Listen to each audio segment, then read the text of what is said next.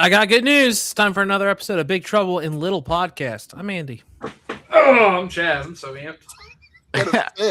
I'm Dubs. I'm not that amped, but I'm Zack.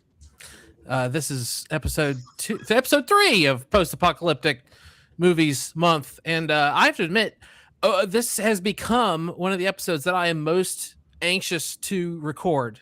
And I don't know if that's going to be rewarded or not, because I really think that this one is going to lead to some interesting conversations, or it might not. Maybe it'll just shit the bed. We don't know yet. But is the official name of it Visitor of a Museum or A Visitor to a Museum, or what's the second one? The second one. Because IMDb says Visitor of a Museum. Yeah. fuck Russia. Yeah, the YouTube official was A Visitor to a Museum. Okay. That's what Wikipedia says. Right? Okay, A Visitor to a Museum. So sometimes it has the article before it, and sometimes it doesn't. Zach, you chose this one, but you chose it off a list. So do you have any other way to explain why you chose this movie? Did you just see the moon guy on the poster? Like, yeah, that looks cool. That was one thing. I was like, that's a cool poster. And then I read about the plot, and I was like, well, that sounds really interesting too. And it was like it came down to The Last Man on Earth and this movie. And we discussed it off air after we ended an episode one time. And then the discussion sort of led me to pick, let's just go with this one. It could be fun. It'll either be fun to talk about or it'll be interesting to watch, whatever. Yes. I didn't have any gummies, but I went through this sober. Oh, I'm so sorry. So did I. Yeah, I mean, I like the visuals. I mean, some things I was just like, what is going on? Yeah, it's before we talk about the movie proper, I did kind of want to get a little more background on Zach's choosing it. You said you got it off a list. I was just really curious. I did more research. I was really curious about the guy. I know you probably did some too. But the guy has done like a quadrilogy of post-apocalyptic movies. And this isn't even the most popular one. And I read the synopsis of the most popular one. I was like, oh, I want to watch that now. Well, I kind of want to watch all of them after seeing this. So sure. I kind of liked this. I mean, it's challenging. I'll say that. Yeah. But, I don't know. And it wasn't like an official list somebody made. It's a list I made of highly rated post-apocalypse films from 1959 up to today. Okay. And this was one of the highest rated ones, believe it or not. The only reason I say that is because I look at Letterboxd and IMDb, and Dead Man's Letters is over it on both of them. And I read about what that's about, and it sounds pretty cool. Yeah, I mean, I read a little bit about it too, and I kind of want to watch that as well. Some people seen people talk about these movies, and some people say, "Oh, it's good. It's not as good as some of the other ones." I don't know. Maybe we saw different discussions about it, but maybe. Anyways, yeah, the director and the writer is Konstantin Lopushansky. I'm glad you said it. I didn't know how. It's got Shakespeare in it, so it's like a kindred spirit. The movie is, I think you put it best, challenging. And I'm pretty sure right out of the gate, there's conflicting opinions on it on the podcast here. Sure. I mean, I don't know. It's not. It doesn't play out like a movie does in, we'll say, a traditional sense. I saw your Letterboxd review of it, and you're saying stuff about how it's not very entertaining or something. Yeah, the interesting thing about it is I was going to wait until after the episode to revisit that review, but I've already kind of pumped it up at least another half star in my mind. But yeah. I think the movie would benefit enormously from a remastering from the original film stock. A real one, yeah. There's so many times I was like, what the fuck's happening? Everything's just kind of dark, and there's a little bit of red light. I can see a couple faces.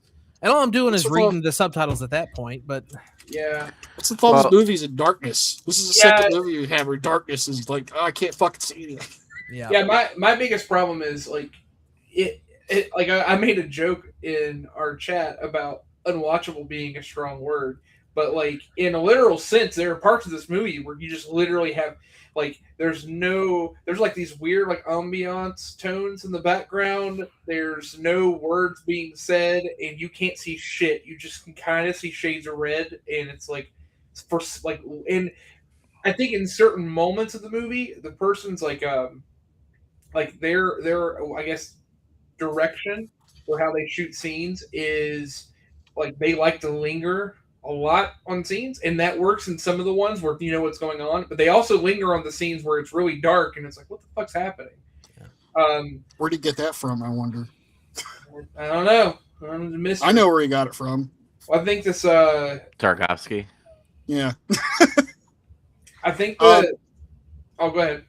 I was gonna say it's come up a little bit. Like this movie gets compared to Stalker and stuff. I did that. Yeah, you said that too. And I was wanting to get to the bottom of this because I saw some people saying like, oh, there's a couple shots in this movie. It's like Stalker, like when he's like playing with the water and there's like coins in the water or something and stuff like that. Not only that, but that scene where I think they film it by having him like lay on a plank and it's rolling, so the ground is moving, but he's motionless against it. They do the same shot in Stalker as well. And in that point, I really think it's just like an homage or something, because Stalker to a Soviet filmmaker would be like 2001 or something. I found out why. It's because he worked on Stalker. Wow, really? Part of the crew.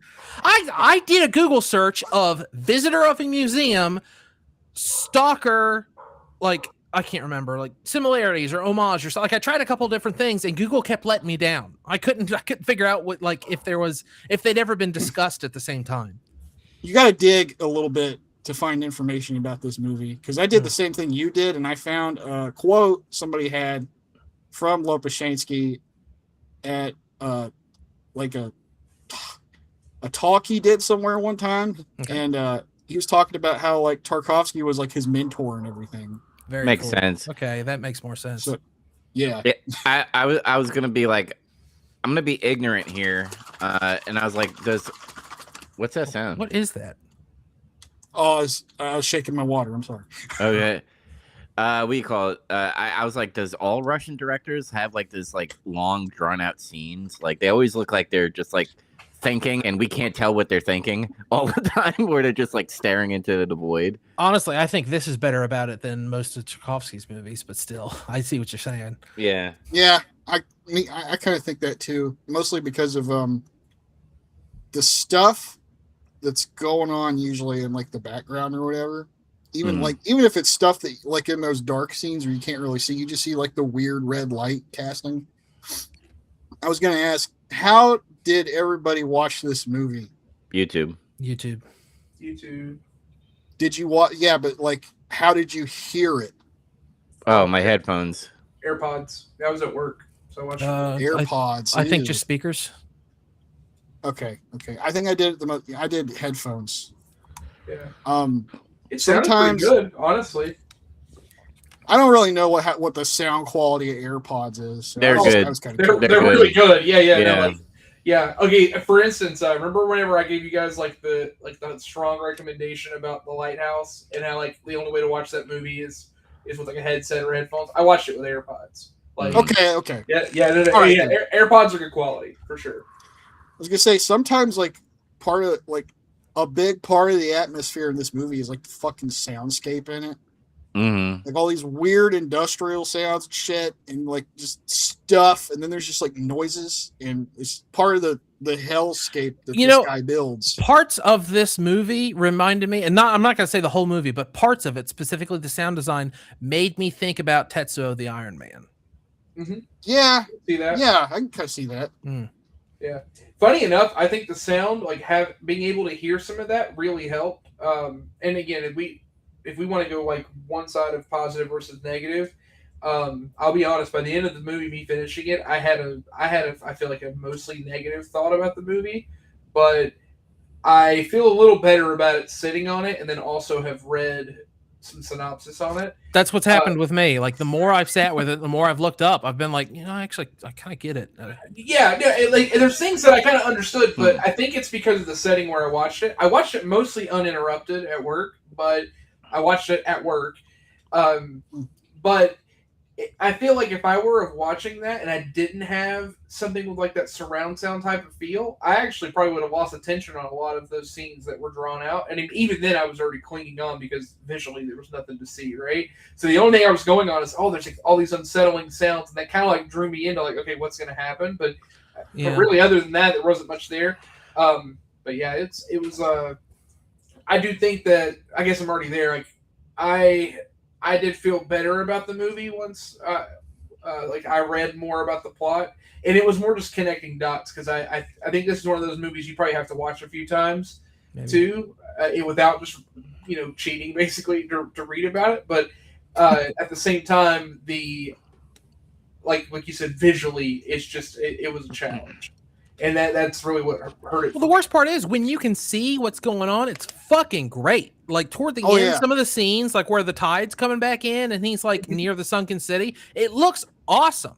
Like the whole movie, I'd been like, man, I am starved for something cool to happen. And then like the whole like religious epiphany stuff happens, and that's pretty good. But at the end, I was like, wow, why wasn't the whole movie like this? Yeah. I agree. So essentially, he had to go through hell. Is that what I interpret? Pretty much. I mean, that the world is hell. Wherever there is man, there is hell, I think. And well, that's the whole thing. So, because that I honestly thought, like, I know we don't typically do this for the plot, but I thought it was important. Like, it might be worth going through a little bit of the plot of this movie so everyone's kind of on the same page. Because, honestly, there were pieces. Like, it's very... I'm not, like, bragging on myself, but it's pretty rare that I have to go and, like, actively go look up a synopsis. Oh, yeah, I read the Wikipedia for it. Like, I was like, okay, so what specifically happened? And I can count on one hand the number of times I've had to do honestly, that to actually understand a movie. Yeah. A big part of it was it blindsided me because I didn't, even though you see he's got a Bible in his suitcase at the beginning of the movie, I should have picked up on that, but I didn't think about it. And it took me, like, 50 to 70 minutes to be like, this movie's about fucking faith. Like, out of nowhere, I was like, what the hell? And then, like, that kind of colors the whole rest of the movie. I'd kind of like to watch it from beginning to end with that in mind. Like you were saying, you'd almost have to watch it several times. Like, this is a movie that I didn't even love it. I didn't like, it's not going to go in my top 4 or anything. But if, like, Criterion or Arrow or anyone else, Kino, decided that they were going to release an HD version of this, I'd fucking buy it. Like, I want to see this movie real bad. Well, I 100% agree. I would watch this again on the stipulation that we got something else because I would actually want to see what I missed. Yes, 100%. There's a DVD, right? Yeah. That was the last international release. It was like kind of an older DVD. There's people speculate that version on YouTube is some kind of Blu-ray transfer, but maybe it wasn't a good, remaster or something. I don't know, but it's weird because it was encoded poorly. Yeah, I mean, it's weird because it does look HD, but there's just things about like the lighting, the gamma and stuff, and the balance is off or something. I don't know. Maybe, and then everybody acknowledges, oh yeah, there's film dust and grain and stuff. But people said that about the old version too. Like that's just stuff that's like there, I guess. But, when did David Lynch come out with movies, by the way? Because I don't know his years. When he started? Yeah. 82. No. Yeah, early 80s. No, Eraserhead is like late 70s, wasn't it? Late 70s. Okay, not 82. 78 or 79? Yeah, I think somewhere in that ballpark, yeah. Before this, if that's what you're looking for. Yeah. I thought about that. Honestly, when they're carrying him like through the crowd on like that plaque or whatever, I remember thinking, I bet David Lynch would like this movie. I distinctly had that thought. Me too, actually. Because like I thought it was Spider-Man. That's what it was. I wish I was watching Spider-Man right now. Sam Raimi got that shot. Sam Raimi watched this movie and said, "That's my Spider-Man." That's Peter Parker right there. Yeah, there was times like when he's in the post-apocalyptic world, like it almost feels normal in some sense, but when he gets into that area where like people are like carrying him and there's midgets and stuff, that's where I was like, this is how I picture hell. Like literally, this is what hell looks like. That's what they're saying. Like existence is hell. Everything's terrible. Why is God letting them suffer in hell? Why doesn't God take them away from this? Yeah. So that's part of it is like you said, it's about faith, and it's an easy miss from the beginning. But basically, all of the normal people left in the world that are watching over everything as this man's going on his journey have lost faith. Like they've moved on from faith, and that's so. It's very, very, very of two minds, in my opinion. And let me say both of them first, and then we can go off. But it's clearly about faith, and in this world, this post-apocalyptic, ruined, trash world, they're not even trying to save the world anymore. They're just like, this is a trash heap. It's full of chemicals. We're all gonna die. Whatever. Let's make the most of it. But what are they called? Degenerates. They call them the degenerates, yes. And they're all like clearly like, mentally not there or deformed or whatever. They're the only ones who are religious. So are you trying to say that only simpletons believe in religion? Like that's a weird, because everyone of sound mind and body has lost religion, and that's just a weird place to go with it. And then the other half of it, though, is the more literal interpretation from the Bible of the meek inheriting the earth. Which, if the meek are inheriting the earth and not the afterlife, then that's why they're suffering in hell, as opposed to ascending to be with Christ in heaven or whatever. Yeah, with my fate, like I always think of like the Book of Revelations in some sense, where like somehow the Antichrist or some devil is roaming the earth, and then he's finding his faith of getting away from that. That's why I think like, did I read this right? When he had the Bible, he was essentially hiding it from those people. Yeah, yeah. Okay. I got the impression he was like either embarrassed of it or like they would think it was a silly thing. Once he oh, go ahead. I was gonna say it came up a couple times in like dialogue with some of the normal people talking about like the degenerates and their religion and stuff, and how it's like it's generally frowned upon in what is left of this slipshod society. And yeah, it's kind of just regarded negatively.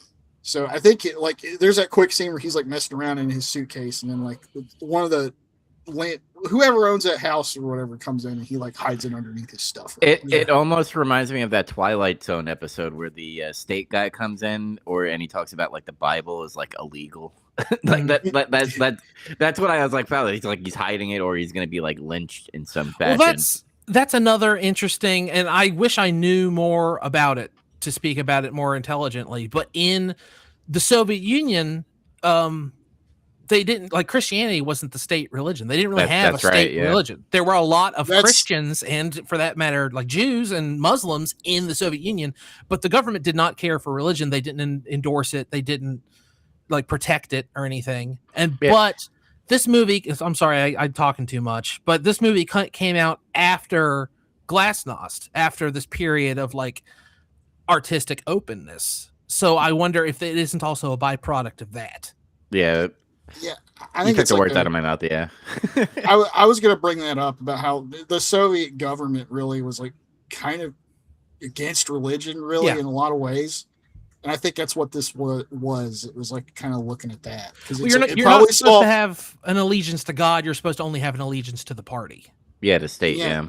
The people in the government, because you know how all the bureaucracy is and how they see regular people and everything. They probably looked at religious people like fucking weird degenerates and shit. Mm-hmm. So some of them are, but yeah.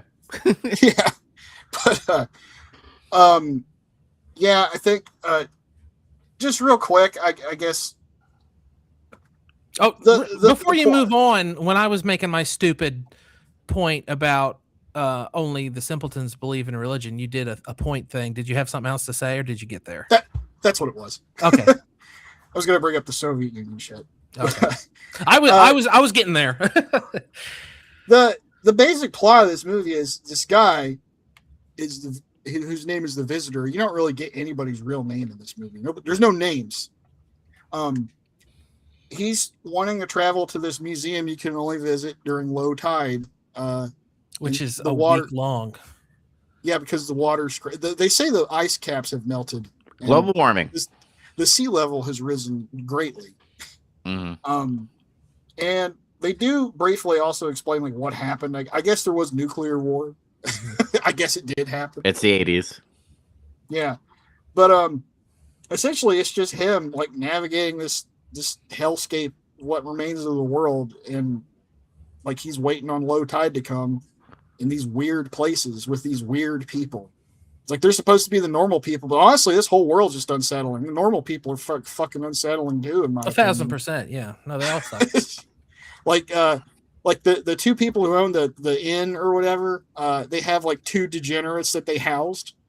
You know, like I guess the man in the house adopted them. I'm gonna say man in quotations because I'm not sure, because apparently in this modern society it's fashionable for men to wear women's high-heeled shoes. Yeah, weird. I kept noticing it and thinking it was like something weird with the film, and then like after the third time I was like, all right, what the hell's going on with these shoes? It's ahead of its time. I think it's something to do very progressive. Yeah, it's something to do with like weird hedonism and degeneracy. It's kind of like how, you know, some people look at like what's supposed to be the high fashion when people go to like these fashion galas or something, and some people look straight up demonic or some shit. I think it's something like that. Really, it's kind of a bastardization of this is what the future will be like. We're going to further. I mean, it's a very antiquated way of looking at it, but we're going to blend the genders clothing wise or some shit. Something like that, yeah. And it doesn't help that these people like live in these houses, and then at night it's like you see fucking fire coming out.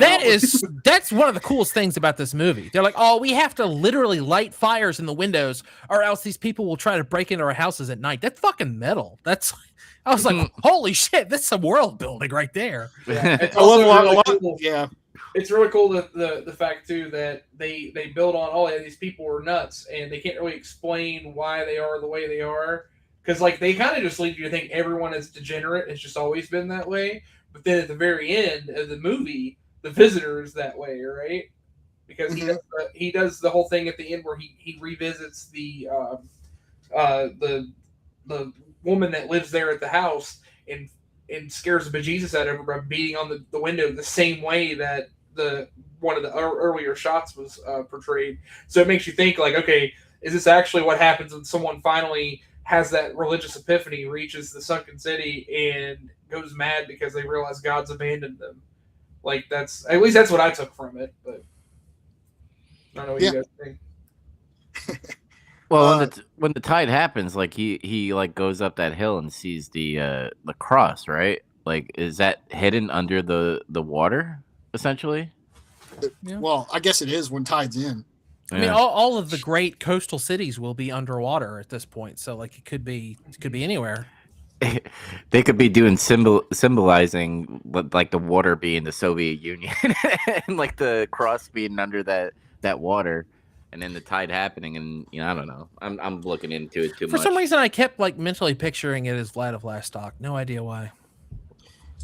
Maybe I was trying to figure that out too. Like, but where is this? But another thing I thought was funny and cool in that scene is like when he's like he actually makes it to what's left of that city, wherever it is. He's like staggering, like just running frantically through it, just trying to find like shelter or something. He's like it's like he's just running in a frenzy at this point. He like forgets to sleep. Yeah, he forgot to sleep, and he actually finds a church. I didn't notice this like until I went back and watched that scene again after the movie was over, just because I wanted to see it again. And he can't open the door. I'm like, oh, there's something to that. Yeah, that's some good symbolism. Yeah. Yeah.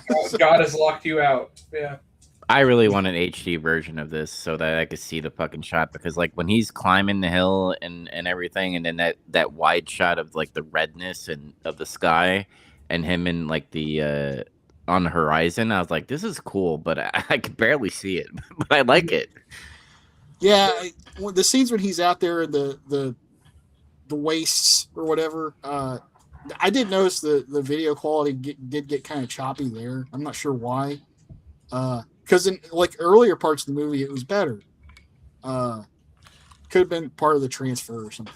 I also liked some of the other scenes, like a lot of the scenes where he's at that inn or whatever, and you see like the red firelight coming through, or like when he visits like whatever that industrial sector is where like the degenerates live, and you see like all the faces go by and shit. Like That stuff reminds me of like Francisco Goya paintings, like when he was like in his dark period, where people have real malformed, fucked up faces that just unsettle you and stuff.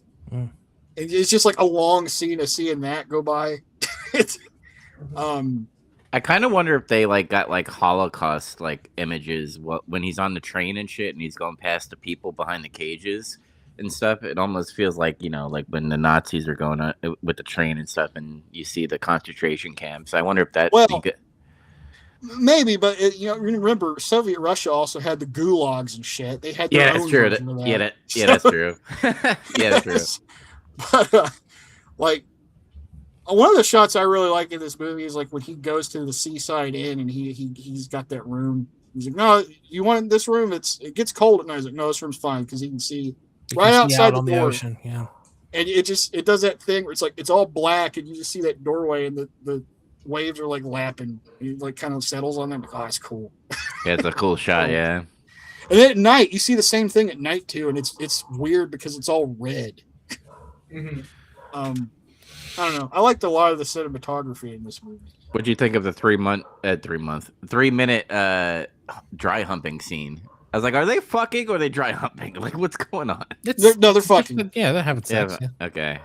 The innkeeper's wife seduced him. What was funny is I couldn't tell that was her. I didn't find that out until after I read. Exactly, I didn't either. I thought it was just another party person. Yeah, I thought that. I thought it was Rando too, and I was like, oh, that makes so much more sense. She seduced him, and like they really are just trying to keep him there and like just have him like let go, forget about all this other nonsense. And then, don't go. And they kind of convince him for a minute. He's like, yeah, what was I thinking? I don't want like a hedonist kind of like. I mean, the whole world's gone to shit. Let's enjoy ourselves. It almost reminds me of like a touch. I mean, obviously it's not the same thing, but the Odyssey. It reminded me. What is it, Calypso or whatever? In the Odyssey when he visits. Cyclops. No. Not Calypso. Yeah. I think it's Calypso where they like try to keep him there and they just want him to wine and right. dine. Yeah. And he's like, you never have to leave, and it's actually like a trap. Like you want to keep him there forever, and right? He can't succeed in his mission. It's like kind of like this. There's like at least an allegory there, I think. I pictured it as like the Bible being like lust is a sin, and that's what's happening also as well. It's also funny, like these scenes where they're like socializing. It's like it plays like this weird music. It's all dark, and it's like the weird red light coming in from the fucking fires that keep the degenerates away. And I'll bet that looks really, really cool when you can see what's going on. That red light. You can see more of it. Yeah. I still liked what I could see of it, but like, that's the thing is I can see like 80% or I can see 20% or less of the screen. If I could see all of it, man, we'd be in business. One of the things I always like that they do is when they show what people watch on TV, it's like this weird nonsense. It's like, I was trying to figure that out. It's like, what is this? It's like sometimes like those guys were watching a soccer game that one time, and then like his wife, he stayed at another inn before he went to this other one. Yeah, and she's like, that guy is like one of them. He's one of the degenerates because she caught him having a fit. I guess he was having one of his degenerate fits, and like. He's like, oh, you have to report this to the section or whatever she called the stupid government. He's like, I'll do it later. He's like, woman, I'm watching the World Cup. Fuck off. And it's just like some bullshit soccer game. And then other times it's like they're watching concerts or something, I think. One of them was like, I swear this is going to be a really deep pull. And some of you might not even know what I'm talking about. Do you remember the Red Letter Media Plinkett review for Titanic? No. Yeah. There's the part where he says, "Oh, I love to watch To Catch a Yeti," and it's that weird like claymation Yeti on the television. I swear I saw that on the TV in this movie. Maybe it was that was it. Oh my god! But yeah, the weird normal society is unsettling too. And you know what I want to see? I want to see the city. And only because they have that conversation about the city and make it sound like it's so normal, like that it's. What? And I'm like, what is the city like? It probably didn't have a budget for that. Oh, obviously not. But it's like I'm just so interested. Like, did this guy come from a place that actually seems relatively normal? They should remake this movie in Hollywood and cast people like George Clooney in it. There you go. No. That'd be great. No. I double face palms thinking about that. Dude, Solaris sucked with him. I don't know. I'm glad I always you got the forget they reference I was making. Yeah. I always forget they remade that movie. I still want to see it. I'm just so morbidly curious. I just want to see it. You know what's funny? I didn't bring it up on the show, but like after we watched like Solaris and like Stalker and all that stuff, I went to go watch the George Clooney one, and I was highly disappointed. I like Tarkovsky. Oh, you've seen it? Yeah. I didn't realize that it was a remake. I mean, when I was much younger, I watched Solaris with George Clooney, and I thought it was kind of bad. You know? Yeah. It's a remake of the Tarkovsky movie. Well, admittedly, I am very I'm very uneducated in the Tarkovsky. I've watched effectively nothing. Won't swear this, but I think it's that situation where they're both based on the same book. You know, like True Grit. It's like the Coen Brothers' True Grit isn't a remake of the one with John Wayne. They're just both based on the same book, but you still can't help but compare them. I think it's that situation. I think the filmmakers are like, no, we're basing it on the novel. Huh. It's like, how can we make this Western? Okay. And that's what they did. And it was just terrible. Yeah, but I'm trying to think of other things because, like, if you have a casual watch this, they're gonna be like, "What the fuck is going on?" Yeah, here? no, for sure. I mean, we always wrap these up, and I'm not saying let's wrap it up, but we always wrap it up with, "Do you recommend this movie?" The answer is no. I kind of don't. Yeah, I don't either. Like, I feel like this is the kind of movie, like if we're all somewhere, like if we're at a party or something, and there's a bunch of like losers there that we call our friends, and we're talking about this movie, they're like, "Hey, what are you guys talking about?" You go, "You wouldn't like it." Yeah, that's totally true. And it drives them insane, but it's true. They wouldn't like it. Like, Yeah. I'm trying to protect you, man. Listen here, you pretentious asshole. Tell me what you want to watch. And then they're like, "Oh, that was really bad. Why'd you make me watch that?" And I'm like, "I didn't make you do anything. I told you didn't like it." You know what you should do? There's a possible like 4th of July party that you guys are planning or whatever. Just someone don't even. We're not. Just turn it on. Just put it on in the background. See if anybody. No, because everyone We're not watching a Soviet Union movie on the Independence Day, you son of a bitch. Fucking commie. Viva la Putin. Oh no. What? What? That was confusing on so many levels. Yeah, I got it. That was Cuban now. He hates the Mets so much he became Cuban. That's what happened. Yeah. I kind of do recommend this movie, but it's like with caveats. Because it's like, all right, you have to like Russian movies for one thing. For another thing, you have to like weird shit. You have to be that kind of movie goer that is like, I'm willing to go to take this ride wherever the fuck it takes me. You can't be that kind of person that goes, why is this happening? What the hell's happening? Like constantly. You can't do that. Dive in. Yeah. You know, there is one person I would recommend this to, and it's another fuck you. So whatever. This is the episode where I sound like the hugest prick. I just have to live with it. But this is the movie that you recommend to people who are like just getting into film, which is cool, but they're like, "Yeah, man, I've seen every David Lynch movie twice." And you're like, "Yeah, have you seen A Visitor to the Museum? You'll love it." I actually have a and then you get major points. I actually have a coworker that like is getting into David Lynch. He's actually watching Twin Peaks for the first time. I'm going to send him a link to this movie. There you go. That might be too soon. You might need to let him. It's too soon. Do it now. Because if he watches Twin Peaks and says, "I don't know, I just didn't get it," don't send him this. No, he's in the toddler stage right now. You can't overwhelm him. That's why it's important, because you got to establish film snob dominance now. Mm-hmm. Just be like, you like You're midgets? like, "Yeah, have you seen this? Watch this shit." And they'll try to watch it, and they'll be like, "Oh, I don't know what was going on." And they'll be like, "I had to read the Wikipedia article." You'll be like, "I didn't." Be like, watch this Just with lie the to lens of the devil. Yeah, I was like, wait a second, we did though. I know. You don't tell them that part. Yeah. Unless they listen to the show, in which case, hi. Yeah. I told him about the show, but he doesn't like watch it every episode. So if you're watching this, I'm sending the link. Yeah, this movie is definitely like the movie like film equivalent of like the blackest, strongest coffee you could possibly drink. And if then you you're put not a more coffee in it. Yeah. If you just that's not your thing, then it's okay. But I mean, myself, I don't plan on watching this movie again unless there is a better visual for it, because I really think that stunts what I can get out of the movie. And Get even on it, then, Criterion. This even is then, like, I'm this gonna is look more still. like it. I don't know. I don't know if I like it or not, but at least I don't hate it anymore. I actually Yeah. watched it, really disliked it, and then, but it's just because it was so jarring to try to put everything together. Like in the Percolated. last like 24 to 48 hours, I've gone from really not liking this movie to like kind of respecting it, and I just wonder what more time's gonna do. Yeah. I'm actually kind of proud of myself because I didn't like research anything, and I kind of got the gist of the story. And I don't know if it's because of my faith in some way, where I'm just like I kind of get it a little bit. So you think this is a good representation of faith? Not really, but like I got like the Okay. not.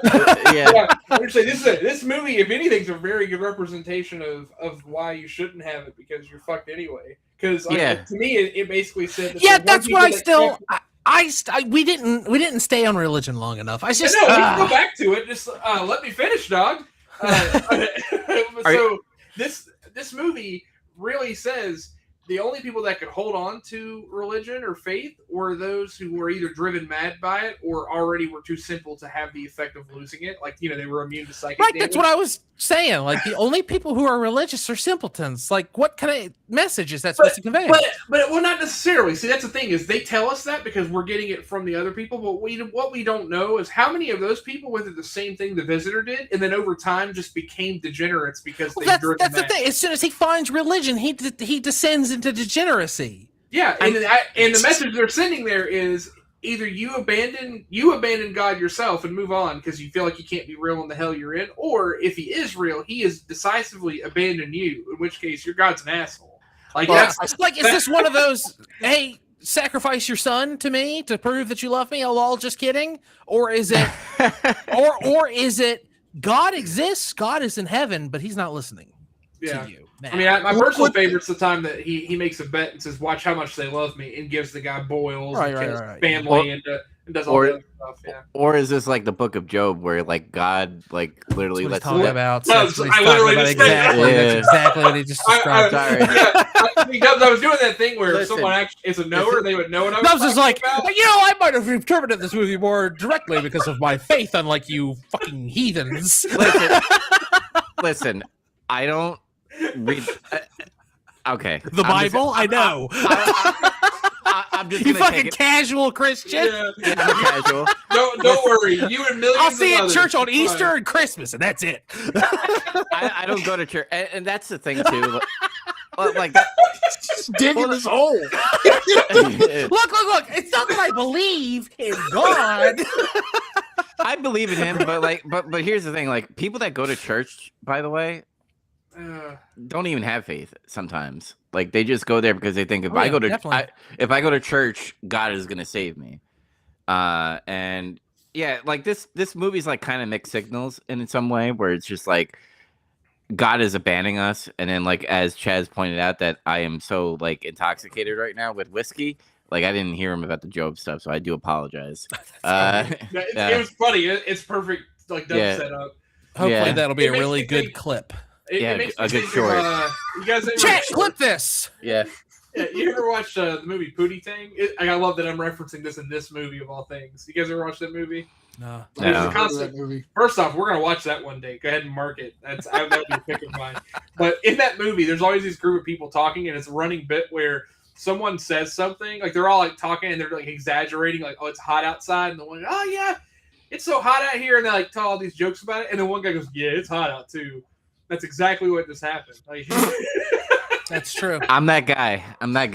Yeah, it's really funny. Zach, like 5 minutes ago, you tried to make a point. We talked all over it.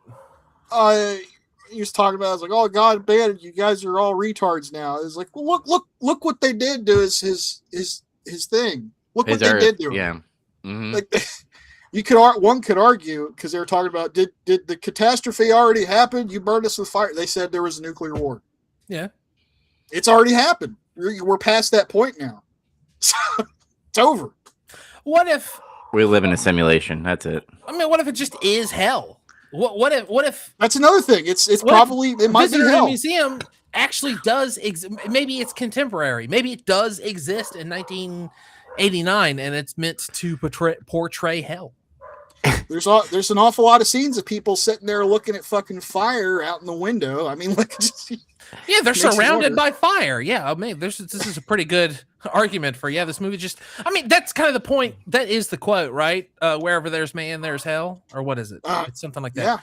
Yeah. That's what he says. Yeah, in this movie more so than anywhere, and it's also meant, I believe, to be a commentary just on like society in general. I think, and I struggle to know with certainty what Lopushansky, right? Is that his name? Lopushansky. What his relationship with God is when I interpret this movie. Maybe a mixture. It could be. He seemed to talk about having spirituality. Maybe it's just not in a conventional way. You know. So he's one of those George Harrison Christians. I mean, he just go Dutch Christian. I mean, how much of it too is just him giving us like a metaphor of what religion is viewed as through the scope of the Soviet government.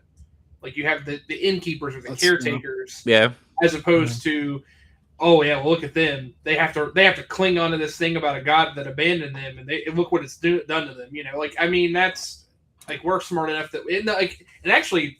That makes even more sense because there's literally a whole scene where he's trying to teach someone and basically deconstruct religion. And like they're like, you know, he's trying to no, God's a lie. Stop saying that. Like he's trying to that seems almost a little too on the nose for me. It's funny though, because at the same time that all the normal people they worship the whatever the state is in their own way. They always talk about like when he goes to the fucking foundry or whatever to like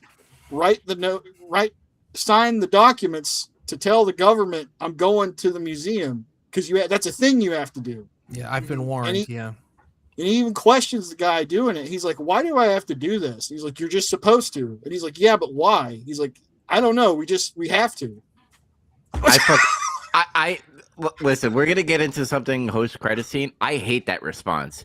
It is what it is. That's how society works. That's the backbone for many great Soviet era satires. Like having watched a bunch of stuff from Klassiki and other Russian filmmakers, they have all struggled with it. That was just like the Soviet existence. And you know, growing up in the West, obviously we've been force fed a lot of stuff about how bad the Soviet system was and communism was and is.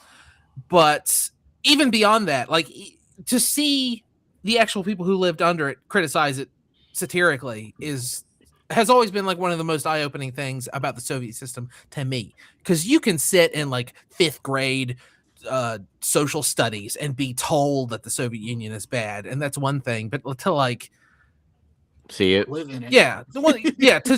to see it through this lens of art it's just a lot more poignant and interesting. So I don't have a lot of, like I said, a lot of experience watching Soviet film, but I've actually watched a lot of Cuban film, and there was an era where they started to allow the same thing. And a lot of the movies that would play heavy themes on life in Cuba through again, it gives off this air of this grand society that we have, but then it actually is satirical because it's also showing you have homelessness and you have rampant starvation and everything. Emperor's New Clothes. Yeah, so like it was actually, and again, for a long time they outlawed that type of film, and then finally reached right before what was it in the 90s, the collapse of that government or the collapse of the Soviet Union. Like they became more lax on allowing that art, and it didn't have to be propaganda based. They were like, yeah, you want to criticize, make it. And there's a lot of good film out there. But what's funny is there's a lot of backlash too. Like as much as the same people that made those films that were revered, like they also like received death threats and stuff because people were very much pro state, and if you weren't like that, you're gonna get death threats and stuff. So it's very interesting, like you said, how that would work. It makes me more interested in wanting to look at that genre of film in general, Soviet film. But it's funny that this is my intro into it, and it's like, I will say, did you enjoy the Tarkovsky movies we watched? I don't think I've watched any yet. Oh, were you out here when we watched That was before him. Oh. Yeah, that's that's what I'm saying. right. I've never. Never watched mind. the But Tarkovsky if stuff, if you're interested in that whole, coming out of that indoctrinated mindset, Tarkovsky's movie Nostalgia is kind of pretty much all about that. It's really good. You should Yeah. watch the Tarkovsky because We'll do- we'll I do- enjoyed his movies. We'll do a little film trade. Obviously, Tarkovsky stuff's a little more famous, but yeah, I want you to look tell up me some of about that. some of these Cuban movies you're talking Yeah. about. I want to watch that. Yeah, Oh. I think Guadalajara is one of the films I watched. It was really good, That's not in Cuba. or whatever it was. Yeah. What the fuck? It's not even in Cuba. What the hell? I'm just kidding. Oh yeah, I think it's the name of it. Yeah, I have to look it Look, up. But yeah, here's the cheat code, Chaz. Tarkovsky is Kurosawa. That's all you need to know. oh, okay, cool. He's They all- Russian Kurosawa. They He's were a also pretty cool guy. buddies. They liked each other. It's cute. Yeah, I can Were do they that. buddies? Yeah, they were. Since we're Well, talking sort about of. They like you guys- respected each other. There's like a famous picture of the two of them with a Sergeant Ray or something like that. I don't know. Oh, okay. It's funny that you said that. It's unrelated to the movie, but since you brought up Kurosawa, I thought it was cool. I saw a neat little fact. You guys probably already know this, but Kurosawa was so stricken by the Magnificent Seven that he actually sent the director of the film a sword, a ceremonial sword. That Really? rules. That does rule. I didn't know that. As a sign of respect, he was like, "You did a good job." Yeah, I He's thought like, that you was remade really my cool. movie about Cowboys. That rules. Here's a sword. That's all Yeah, right. yeah. That's fucking cool. I like that. Yeah. That's all right, That's a good movie Aniki. too. Yeah, they're both good movies. Mhm. Yeah. All right, but speaking of good movies, I guess we already kind of talked about whether or not we recommend it. Is this a good movie or not? Did Dubs recommend it? I don't remember hearing what he I don't said. fucking care. Really, Fuck you. Fuck you. He's so in tune with his face.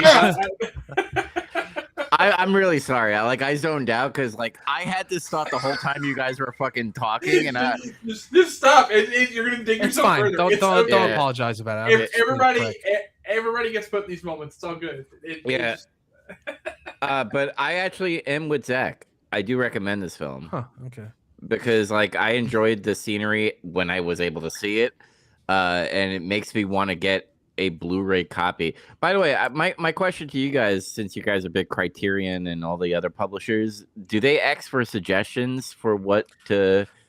They've made it harder than it used to be. Criterion used to have a submission form on their website, and I think they got sick of hearing the same bullshit all the time. And Mhm. now it's really just kind of tweet at them. It's the best way to do it. I've got a great idea. I want to message A24 and ask them to make this movie, but only do it with AI upscale it. collaboration. Yeah, that's AI. right. With Google. want- yeah.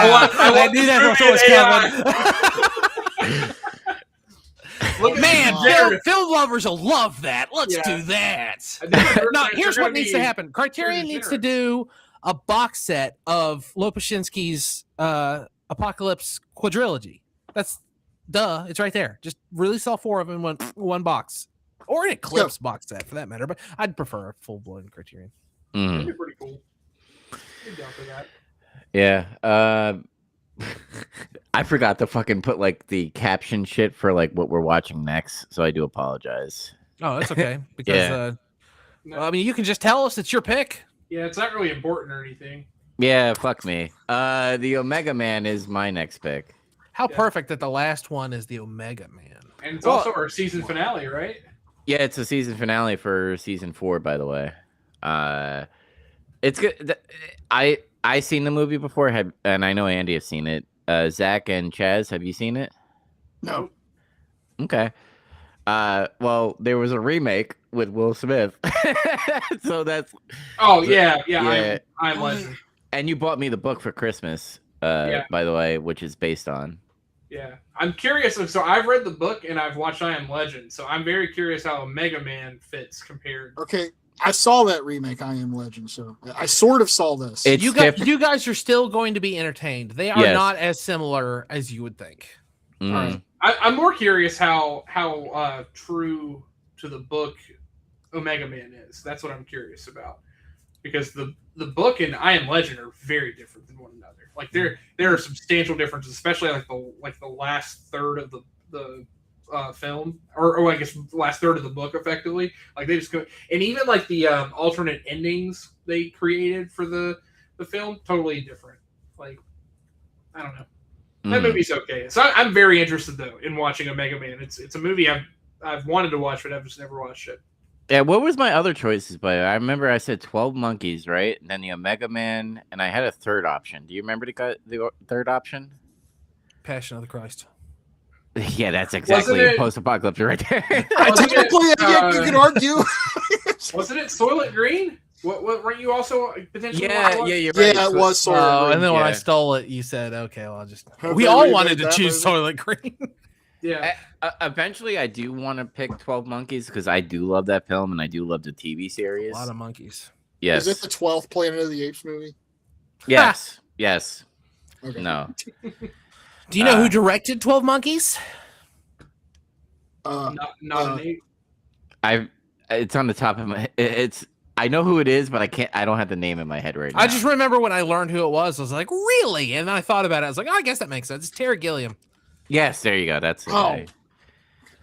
It makes a lot of sense when you watch it. I was going to say Mel Brooks. Hey.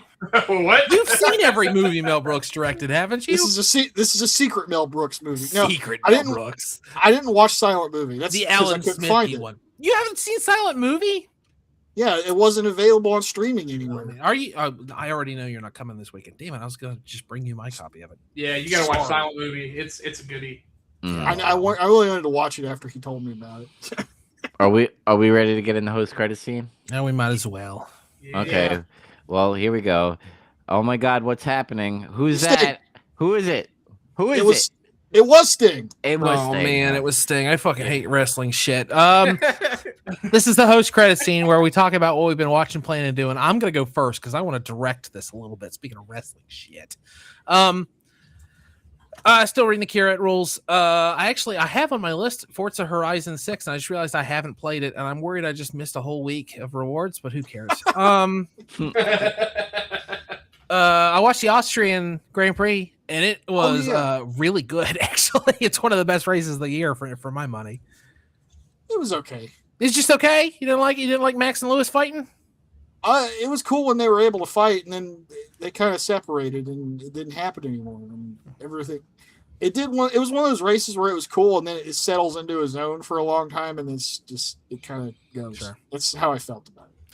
I always felt like there was something going on. Like George kind of like got out in the lead, but there was always something interesting going on with Lewis, Max, Kimmy, Chuck. Like they were all like kind of like there was some undercutting in the pits, and there was some other jazz going on. Yeah, there was that stuff. Yeah, but yeah, I was into it. I watched the original Gone in 60 Seconds. Have you guys seen that movie? I'm not the original, only the Nick Cage remake. Yeah, I saw the Nick Cage one. Yeah, I've never seen it either, but I for the first time saw the original Gone in 60 Seconds, and it was a movie that like it was a guy's passion project, and he just kind of like sacrificed his own cars and his own money to make this movie. And to see it, you're like, holy shit, this guy wanted to get this movie made. Like it's a cool movie too. Like the plot is like kind of halfway there. Like you can tell they needed to shoot some more stuff, and they kind of had to work with what they got. It has a B movie feel, but with a really high budget and like oozing with passion, just passion pouring out of every orifice of that movie. And I like it a lot, but I'm a car guy, so of course I'm kind of like it. It's the first time I've seen it beginning to end. I've seen parts of it constantly. My dad used to watch the movie a lot, so I've seen like the car chase at the end more than once. And the car chase at the end is legendary. It's really cool. They beat the shit out of that Mustang, and it just keeps going. It's great. But yeah, it's good. I recommend it, especially if you like car movies. And I watched the Clarkson's Farm finale. I was like, I'm not going to talk about it on the show. And then Zach was like, why don't you talk about it on the show? But the most interesting thing I can say about that show is it is very clearly not scripted, because most of the most recent season is a bummer. And if they were scripting it, they would like end on like a high note. And like, there's a couple nice things that happen, but I mean, literally, like Jeremy's got cancer. You find out halfway through the season, and then he goes and has like surgery, and literally the postscript to the final episode, like 2 days after they wrapped filming, he's in the hospital again. His final message is, well, if I live, I'll see you for next season. And if not, thanks for watching, I guess. And that's how it fucking is. That's very on brand for him, though. That's very on brand for him. 100%. But yeah, obviously he is That's a great cliffhanger. now. Yeah, that's a really great cliffhanger. But like the whole rest of that season, though, like they find out like a bunch of cattle might be sick, and they like the government makes him put down a cow that's pregnant with twins, and it turns out to be for nothing because it wasn't even infected with anything. It's just like the whole season is full of those moments, and several times he just like looks at someone and says, why do I do this? Like, this is so hard. I hate this. And then, of course, like the next moment, they'll like be doing something nice, and like, I don't know. It's just such a really good show. I actually on Reddit today, I saw they have that chart of the meta score for each individual episode for Clarkson's Farm, and like the lowest rated episode in the entire show is 8.2 out of 10. And the next lowest is like a 9, like a solid 9. Like the show's rated really well, but I think it's just kind of like a niche thing that only weird people watch like me. And I guess a lot of British people probably watch it if I had to guess. They might like the realness, when it's not scripted and when they're just like, holy shit, this fucking feels like everyday life. That's kind of what I'm into about it. Like I understand farming, but I don't know a lot about the nitty gritty of it. And each season there's like something new. It's like in this season they got geese for some reason. Lisa, his not wife, wanted geese, and they got geese, and it's funny. And they have sheep and cows and cattle, and they have a shop. And he opened a pub in the last season, and now he has to like staff it, and it has like all these problems. And I don't know. It's a compelling show. I like it a lot. If it sounds interesting to you, give it a shot. It's interesting from the word go. So if you watch an episode or two and it's not for you, it's not for you. It's not going to change. And then I think I watched some dumbass wrestling shit. I watched what's the guy's name? Chris Van something? Chris Van Veal Cutlet. Yeah. Chris Veal Cutlet, what Dubs calls him. Chrissy Cutlet interviewed Paul Heyman, and like it kind of seems like the kind of thing you could skip around and find something interesting in. I watched the whole thing. I think Paul Heyman is one of the most interesting entertainers in the country. And I'm not just saying in wrestling. Like, just something about him is really compelling, and I can tell he's a slime ball. Like, I can tell sometimes he's like just full of shit, but that makes him more interesting. And sometimes, I mean, I'm not saying he's always lying. I think he's telling the truth, 90% of the time. That's probably the most truthful interview he's done where he's not working people. I think that it's that one, really, because I've seen several. Yeah, I believe it. And like, what I really like is the Chris guy will ask him a question, and Paul will be silent for like a 3 or 4 count.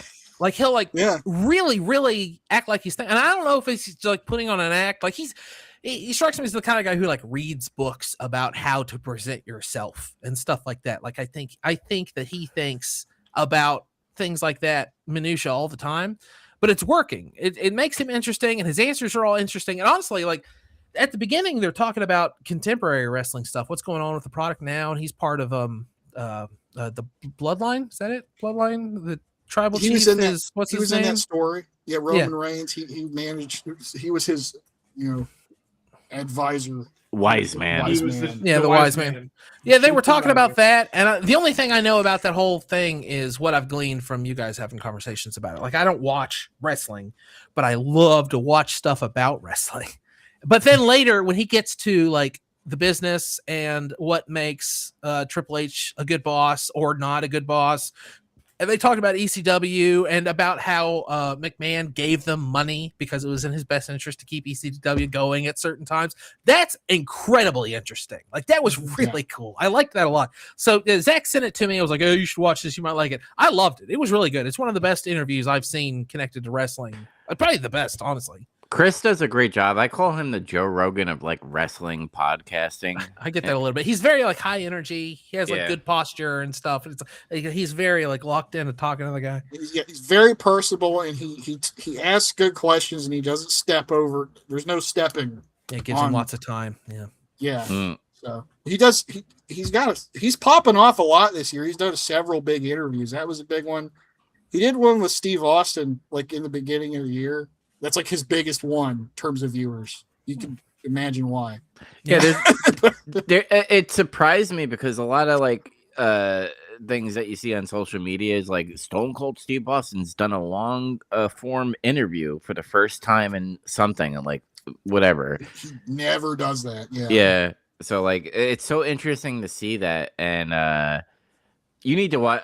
Like we talked about the Dan Soder and Will Sasso interview. I've seen a lot of it. That's just fun because of all the impersonations. Oh my god, it's so funny. I haven't laughed that hard at anything in a while. Do you think he's gonna get Triple H at some point? There's a few people I want him to get. Like I thought, because Triple H gets on fucking podcasts with like people I've never even heard. Yeah, of. like fucking Logan Paul, even though we know him. Like he goes on that shit. And I'm just like, why don't you go on Chris Veal Cutlet's fucking podcast? I want him to interview Triple H. I think that would be good.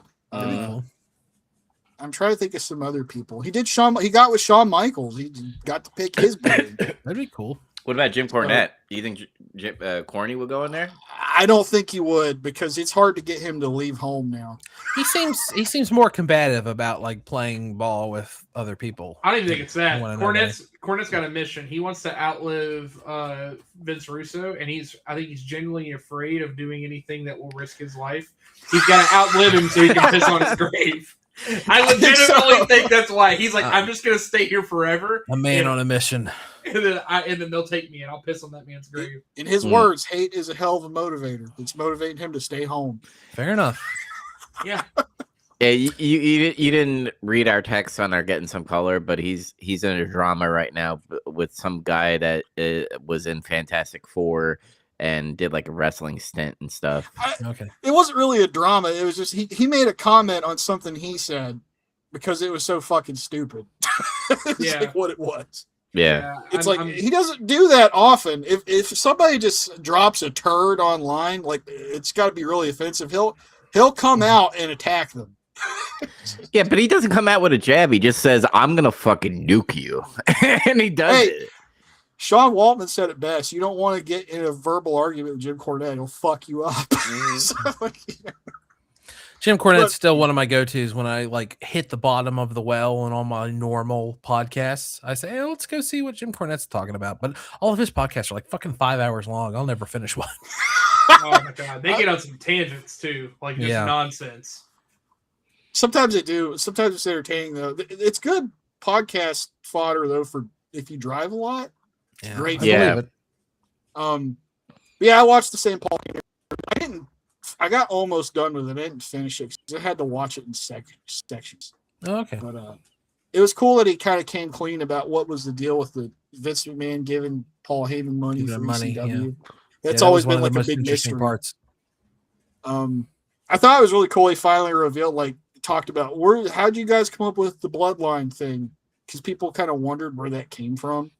Mm-hmm. And it's when Paul Heyman reveals, I am a cinemaphile and I love Apocalypse Now. And yeah, that was interesting. He's talking about that. Yeah, I don't know. He's got a lot of good interviews though. Might be worth seeing one every now and then, one that piques your interest, maybe. Yeah, maybe. I just, like I said, Paul Heyman's like one of my favorite guys. I just like him a lot. But the other thing I watched, and I don't even know why I did it. You guys have to watch it for Getting Some Color, and you guys put the link in the chat. So I watched all of Bash at the Beach '96 for some reason. I don't know why I did it. I don't know why you did that either. Asshole. It is real. I'm not gonna lie. You're an asshole. So what's funny? What's really funny is in the chat, the way I knew you watched it is you said what you said. The sign off, the sign off. And I was like, that motherfucker actually watched that whole thing. I watched the whole thing, every match. And then I was thinking, it's like equal parts cool and also bullshit if you go on the show with us, because it'd be cool to have you on the show, obviously, to do it. But also, the whole thing is the third man. And if we have 4 people, we have the fourth man. I mean, I don't mind it at all, but it's just funny to me but I also thought it was great that you watched it. No, I mean, I liked it's weird. I liked the first match and the second match pretty well, and then a bunch of stuff in the middle sucked out loud. Some of it was just I mean, I'm the most casual, but some of it was just bad wrestling, and I got bored. I hated to say it, but the Ric Flair match sucks, I thought, and then then the quality kind of starts going back up, and then at the end it's real exciting. Oh, that's why you made the dog collar match. Fucking, he's like, what is it? Yeah, I was like, dog what collar the fuck's match? a dog collar, man? If I'd have just waited, I would have had the answer. That part was kind of cool. That was interesting, at least. You like the Nasty Boys versus the Public Enemy? I fucking I hate them right now. really like the Nasty Boys theme. I don't know why. I just really do. I'll save my thoughts for getting some color. Yeah, you guys don't have to discuss it here, but it's something I watched, and I won't be on Getting Some Color. So Rumor has it there will be a third man. But I'm gonna get you on there one day. You're gonna be a third man one day. I mean, if you want me on there, I'll do it. But yeah, I'd be more at home talking about, I don't know, something else maybe. I have no idea what. Sorry, I'm looking at the card and I'm like disgusted because if you watch Getting Some Color, because like it's John Tenta versus fucking Big Bubba in a fucking Carson City silver dollar match. Oh yeah, that one was weird. Yeah, and then like hits him with the bag and like puts the coins on his eyes. I was like, that's kind of hack. And then you have Diamond Dallas Page versus Jim Duggan in a that one sucked too. Jim Duggan came match. out and I was like hype, and then the match was like kind of a fart. So it's like, all right. No, listen, Jim Duggan has been having a tape fist match for fucking almost 6 months. I'm tired of it. He had a half a year. They make it his gimmick now. And we go on about this, but it's some bullshit. It's like, oh, I tape my fist and it makes the punch hurt more. And I'm like, it doesn't. It doesn't. Yeah, it's stupid. Also, their obsession with doing these stupid object on a pole matches.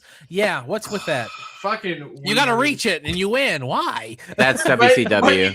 But you actually don't win. You still just have to pin them. Like you literally could just win the match without ever touching the pole. Well, you just hit him with a sack of coins. And then, it was okay. Now to be fair, that there is something to that. The sack of coin thing is just nonsense. But like there are stories from like the Dark Side of the Ring stuff where like one guy like tells a story where he like was it Jacques Rougeau punched fucking Dynamite Kid. Dynamite Kid, thank you. A roll of quarters or some shit. Yeah, he punched him with a roll of quarters in his mouth and knocked like a bunch of his teeth out, fucked his face up. Oh my God. It actually was like kind of like so Dynamite Kid was already in the downward spiral, and this was like the thing that just was a catalyst because he ended up getting on a bunch of painkillers because of the stuff that happened to him, and it just like fucked things up.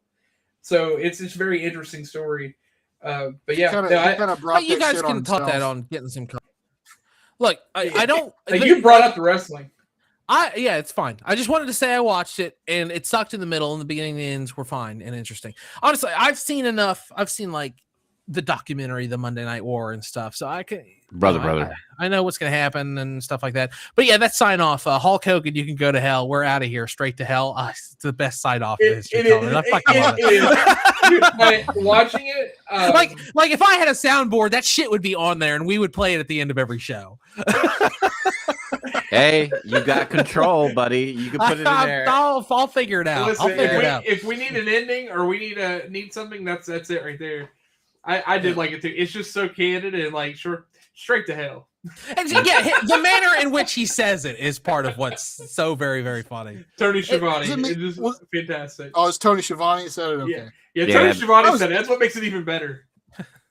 I thought it was Mean Gene because that sounds like something he would do. I thought it was Mean Gene too, but I can't. No, it's 100% Tony Schiavone. Yeah. Well, when Tony Schiavone in AEW goes, "Shut up, bitch," that makes sense. He's trying too hard. Yeah. But anyway, that's everything I watched. I just kind of wanted to dip a toe into the Getting Some Color realm. And if you liked this and you've never watched Getting Some Color, you should go over there and watch it because that's all they do for like fucking 4 hours or something. So we cut it to 2. We're 2-ish hours is our range now. Okay, all right. I have watched the beginning of many an episode of Getting Some Color, and I have seldom finished them.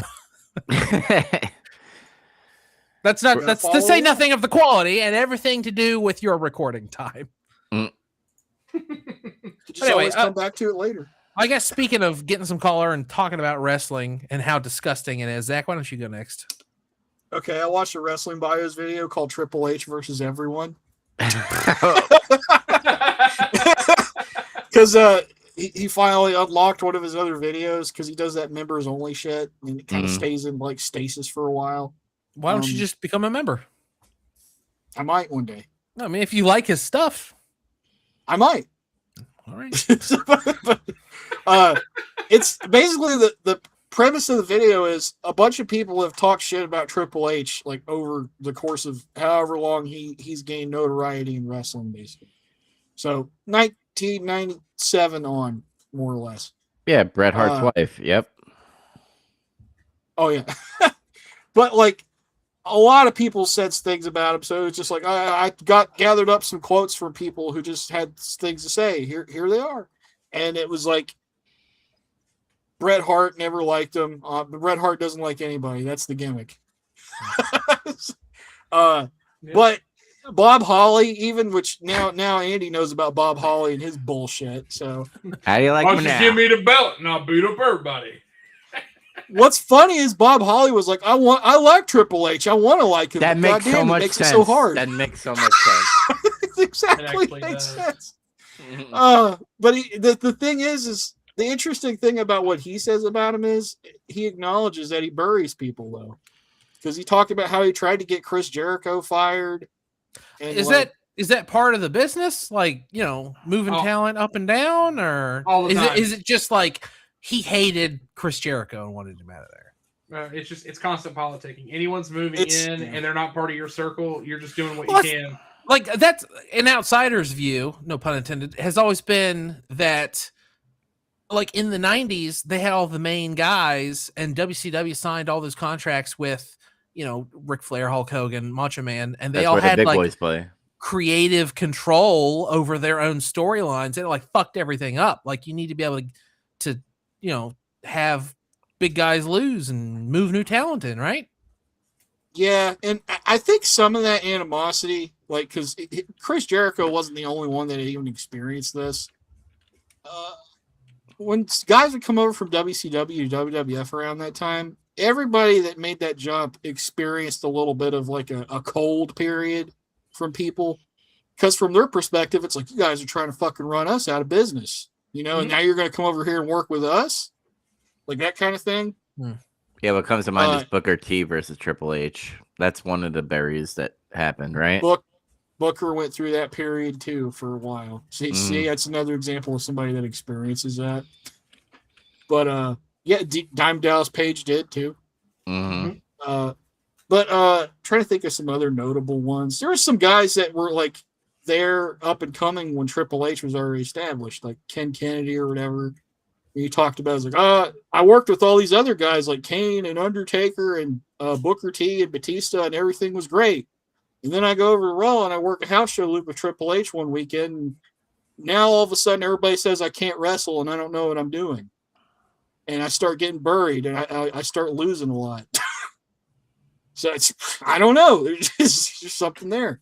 They're all backstabbing each other to get the fucking TV time and main event time, essentially. I think what it boils down to is, I always had this kind of thought about that. Guys end up in this mindset where they experience that happen to them. Like what he does to them, it happened to him somewhere for the first time, and it stuck with him ever since. And he probably took a lesson. This is what I got to do to get ahead. I got to fuck other people over so I can keep my spot safe. Because Ultimate Warrior kind of did that to him. And ironically, Ultimate Warrior was one of the quotes in that video. Because they asked him about that WrestleMania match. And he said, like, yeah, we talked. And I basically told him this because I didn't know anything about Hunter Hearst Helmsley or whatever. I was like, I'm going to come in. You're going to hit me with my finisher. And I'm going to get up and I'm going to press slam you and I'm going to splash you and I'm going to pin you for 3. That's the match. Basically, he's just going to squash him. Now, and then apparently Hunter went and got like Jerry Briscoe or something and tried to say, listen, I got these ideas. We can have this cool match. He's just like, no, we're not doing that. And you should have talked to me to begin with, not get somebody else to talk to me. So it's like, fuck off. I'm going to squash you. It happened to him. So, everybody gets their villain origin story from somewhere. And usually all the, like wrestlers that we know are good that never like really move makes you wonder, right? Like, did they do the politicking? Right? I think John Cena is one of those guys that did politic, but it's like, it's not very well known that he did. He's like been a lot accused of people. the last couple of years, he's been accused a ton of politicking. there have been a lot of people that have shouted out like, yeah, he basically ruined my career and I had to move on. Yeah, Nexus. Mm-hmm. That's one of the big things where he's just like, no, that's not for me, brother. That's not gonna work for me, brother. Hulk Hogan, obviously. But yeah, Yeah. that was a pretty cool video. I watched Toy Story movies. Did you I watch the watched new Toy Toy Story? No, this is why I'm doing this. It's build up to that. Oh. I watched 1 and 2. I haven't seen either of those movies for years. And I never saw 3 or 4. Oh, okay. So you've seen all 4 of them now? Not yet. Still Oh. need to see 3 and 4. Oh. Yeah, he just rewatched 1 and 2. You know, I don't know what your opinion is, but before you say it, I just want to say people are so down on 2 because it's not 1 or 3 or whatever. 2's better than people remember, in my opinion. I think 2's pretty good.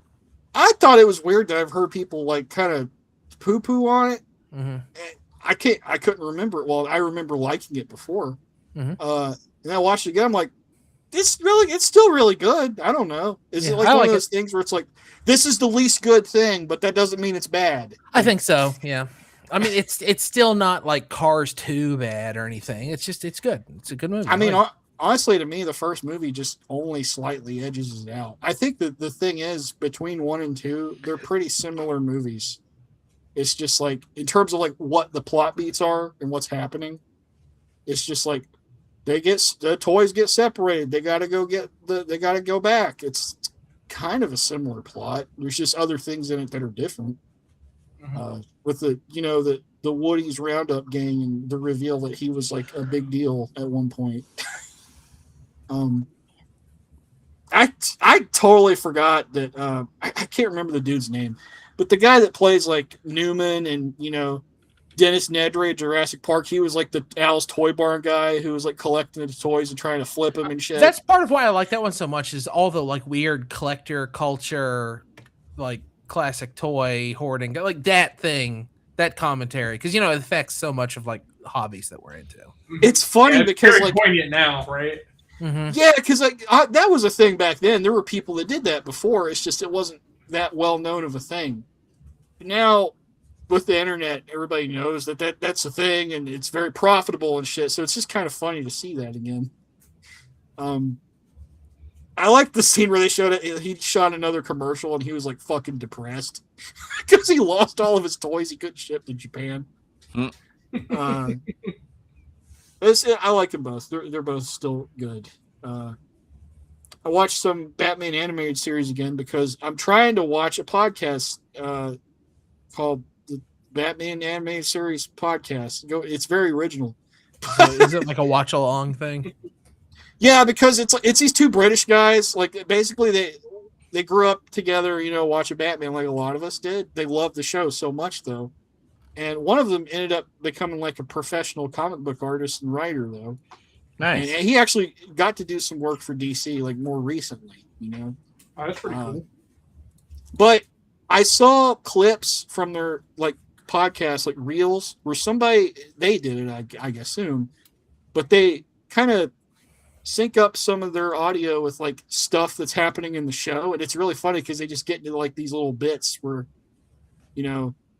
Two-Face is crazy, right? His whole thing is twos. He's like, what are you going to do? You're 2 for 2 Tuesday. Hey! And he's like, just little jokes, like little scenarios they do where they go off on a tangent and it's just like making fun of what's going on. My favorite one's like with Bullock or something where it's like they're talking. Remember that episode where Bullet for Bullock? And it's all about him. Yeah. And it's like, it shows I always like how episodes like that where they take a nobody character and make a whole story out of it. Yeah. And it's like somebody's trying to kill him, and that's what the whole mystery of the show is. And Batman goes to help him, and it shows Bullock's apartment, and he goes in there, and it's like there's a bunch of roaches on the wall or some shit, and they start doing a bit where it's like, oh my god, because he thought it was like a guy with a gun, but it was a bunch of roaches. That's like literally what happens in the episode, and then it's like, and then Batman's there with like tissue shoved up his nose. He's like, Bullock, I think I found the guy, and he's like. He starts eating that pizza. He's like, "You're gonna eat that?" It's like, yeah, it's fine. It's still triangle shaped. And he's like, "There are other shapes." Just goes on to this bit, but yeah, that first reel kind of got me into watching their podcast. But I gotta like rewatch the episodes because it's been quite a while since I watched animated series. It's like, oh no, I gotta watch that again. Was it on HBO Max, right? The animated series? Yep, and it's like the new up-to-date remastered version, so it's very crispy. It's very crispy. Nice. And I played more WWE 2K26, and I beat all the single-player stuff, pretty much.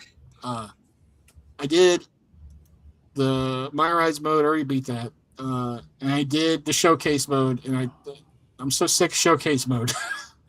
This is my soapbox to be like, stop doing this thing. It sucks. Just please stop.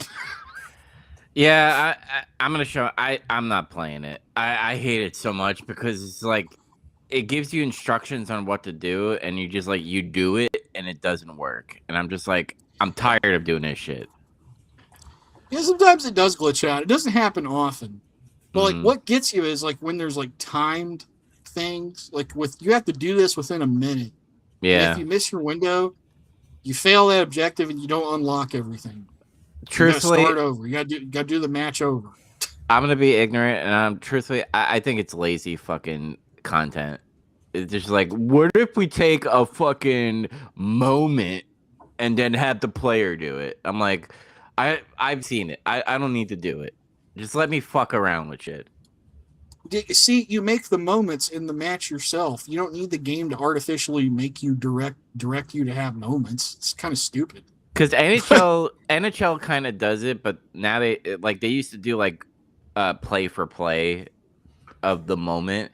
Now they're just like, just do it and then say you did it. Like that's the memory thing in NHL. It's just dumb because it's like I think they've had this game mode since like 2013 or something. I feel like it's been around for a while. It's lazy. I want them to quit. It wouldn't be worth complaining about if they didn't hide a bunch of the game's unlockables in the mode. That you have to do this mode if you want to unlock a lot of shit. They do it because the cover art. Like every time there's a cover art of someone, you're like, what if you play Rey Mysterio's fucking career? I'm like, I've seen it. I don't need to fucking play it. Stop. Yeah, I'm a wrestling fan. I already know what his career is. What the fuck are you doing? Yeah. But, then there's like the super card, or not the super card thing. My faction. Like that's when I found out there's a bunch of locked wrestlers tied to that. Granted, it's not brand new ones. It's like all versions of other versions of wrestlers through time. Like there's prototype John Cena before he became like a big deal. Yeah. Stuff like that. And it's like, well, that's cool. I would like to unlock that version. Well, you got to do this stupid like trading card game fake crack addiction mode. I don't want to fuck with that. It is awful. It's bullshit. It's just another way. They devised some other mode to try to trick whales into fucking paying them a bunch of money. That's all it is. I'm not participating in that shit. And that's it. I don't really got anything else to say. I played Marvel Rivals again. I play it every week. There's nothing else to say. Who are you choosing? Dubs. Okay, Dubs. Me. All right, I'll get the two games that I played out of the way. They're retro games. It's Sonic 3. I am loving it. Besides that one level, the Marble Garden or whatever. The reason why I hated it is not hated it. That's a strong word. I got annoyed because like every time I jumped, literally there was spikes everywhere. Yeah, like, spiky zone. Yeah, you got it. Yeah, spike zone. Like I would jump and like the spike was like a fucking enemy was under it shooting fucking missiles. Well, at me. those don't hurt you. Those bounce you. Yeah, but if you stay in one place, it like hits you with the little ball and shit. And I'm just like, fuck you. You gotta go fast, brother. Yeah. Come on, get with that. Yeah. I mean, how's it even bothering you? You should have supersonic by now. Yeah, but the thing is, and this is a thing that I kind of appreciate because I'm like, you know, like when you play like video games, something like when a character is on ice, it's very late, or it like feels like you're stopping late, where it's like lag a little bit. Ice physics. Yeah, ice physics, but it's like with Sonic because he's going so damn fast. Like you had like it's not on a dime essentially as far, but there's times where I'm like jumping and going fast, as you guys say. And then out of nowhere, there's like this platform that spins and there's spikes on it. And I'm just like, fuck. Like I got every time I mean, there's got to be some challenge.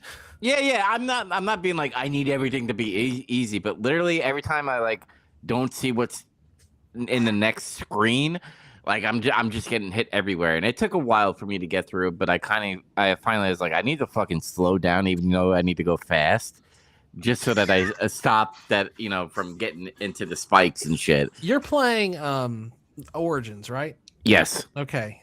First of all, you can learn to love the drop dash. That wasn't in the original game, but go ahead and do it anyway. It helps a lot for like getting your momentum back. And the other thing is, I've been playing it too, and I couldn't remember what happened at the end of 3 into and Knuckles because I was afraid they were going to do a thing, and they do a thing, and I don't want you to get stuck there. But in the original, if you plug Sonic 3 into Sonic and Knuckles, at the end of Launch Base Zone, you fight a boss, and then you move on. But for some reason in Origins, they make you fight the boss and the original final boss of Sonic 3. And the original final boss of Sonic 3 is a ball buster. So don't get discouraged. I already read a walkthrough because I was like, how long am I in this? And I saw a walkthrough. I was like, this is a bitch. No, he's already sick of it. He's looking to see how long it is. No, I'm not sick of it. I'm just like, my thing is like, I when I play a game for a long time, I'm just like, where am I? Because I feel like I'm playing a long time and I'm just like going nowhere. But I'm like halfway through the game? Question mark. So yeah, where are you at now? Casino Night. Yeah, he's half-ish way. Yeah. Carnival Casino Night, Night, okay. or Carnival Night, and then it's gonna be Arctic, and then it's gonna be Launch launch bases right after that. Yeah, so you're past halfway, really. Yeah. Well, no, you're past halfway in 3. Then you got to play all of it Knuckles. Yeah. And Knuckles. We're gonna talk about this again after you do Carnival Night Zone and everything. Yeah. I'm real curious. It was DLC before DLC existed. They were like, let's just make an extra game and actually finish the story. Yeah. Speaking of extra shit, I played Doom 64. Hell yeah. Did you play the first 63 versions? I played one and 2, and I couldn't find 3. Did you get Windows 8? It's like, bro, I'm on Windows 95. What are you talking about? I'm playing whatever Andy sent me in my wish list. No, I think you did the same thing I kind of did. Is like I played the other Dooms, and Doom 64 came out. I was like, oh, it's just a port of Doom, whatever. And then I like a decade went by, and I finally played it, and I was like, this game rips. It's like its own game. It's a whole other ass game. It is, dude. It's so fun. I'm playing it on my Steam Deck, and I'm just having a ball, dude. Like the graphics are fucking great. The guns are cool. I mean, if you played a Doom game that has all the guns and shit, I just love the challenge where like you have to go find the key cards and stuff. And there's times where I'm just like, where the fuck am I going? And I'm like clicking on walls and shit. I'm like, where's the secret area? There was a couple times I just looked up a map. Fuck it. I don't have time for this. I'm doing it blind because I'm just like, I want to have that feeling that people had in the 90s before like the internet was easy to get through. So like I'm having fun, dude. Like also the soundtrack in that game is underrated as hell. The soundtrack in that game and Sonic 3, like I mentioned, I'm really sad because you aren't experiencing the true music to Carnival Night and Arctic and Launch Base. They're all different. You're getting the PC versions. I'll research it to see. The first time I played that game, I turned the volume on my Switch all the way down, and I brought up like 10-hour nonstop fucking Carnival Night and played that. I was like, no, this is the way this is meant to be done. I do have Sonic 3 on the Sega Genesis, and that's what's going to be leading to like what I'm doing later on, because I do have a topic to talk about. I know we talked about it fucking a lot. Smash it with a hammer and then take a diarrhea dump on it, right? Yeah, all that. What? But it's taking us back to the past. Yeah, I'm having a fucking fun time, dude, playing retro games. I played a little bit of Duke Nukem 3D, by the way, because I just wanted to see if it worked well on my Steam Deck, and it does. And it's like, I'm in heaven, dude. Boomer shooters are my favorite thing, even though that's not what it was called back then. Hail to the king. Yeah, I looked in the mirror. It's like, God damn, I look good, or something. Where is it? Where is it? Yeah. What the fuck? No, my favorite Duke quote always has been and always will be. That's a lot of words. Too bad I'm not reading them. Also, like your face, your ass. What's the difference? Yeah, that was good. And what's great about like these Doom 64 or Duke Nukem 3D, they have like these like made up levels for PC shit that's like modern now, and they do like challenges and stuff. So like I'm actually excited to play more of it because it's sort of like, oh, this is easy. I don't have to wait for fucking stupid ass updates that take like fucking 30 minutes to download on modern systems and all that stuff. I just go in. I'm gonna get some things out of the way. One, I know people are like, Joe, shut the fuck up at the Mets. I thought you are done with them, but It'll Steve, never be over, to quote Dusty Rhodes. yes, or never be game over. Metal Gear Solid 5. But Steve Cohen, the owner of the Mets, did an interview. He's a coward. He didn't go into a radio show to talk to the fans. He wanted to go into a reporter to feel safe. Pretty much Juan Soto and Francisco Lindor, when Juan Soto got signed by the Mets, fans were like, this seems weird. It seems like there's tension between those two. And we got told by reporters and people that are close to the Mets, like, you're fucking crazy. You're loony. They're friends. They're going to fucking Buffalo Wild Wings. They're having fun and all that shit. And I'm just like, and then the owner comes on this interview and says, yeah, there was shit going on, but then now they're good. So like, they're spitting in our face and they're calling it rain at this point. And I'm fucking kind of tired of it. And Just now you're tired of their nonsense? no, I'm tired of them fucking jerking our dicks. But It'll never be over. it will never be over. What pissed me off is like David Stearns is 2.5 years into his contract, and Steve Cohen was like, "Oh yeah, his job is safe." And I just get so fucking annoyed because like if my numbers are down at work, my boss is like, "You're gone. If you're not hitting sales, you're gone." And this guy's literally spending like $340 million and going, everything's fine. It's like that meme of that little fucking dog that's like sitting at the table drinking his coffee and going, it's fine, while there's fire going on in his apartment. That's how Green comic.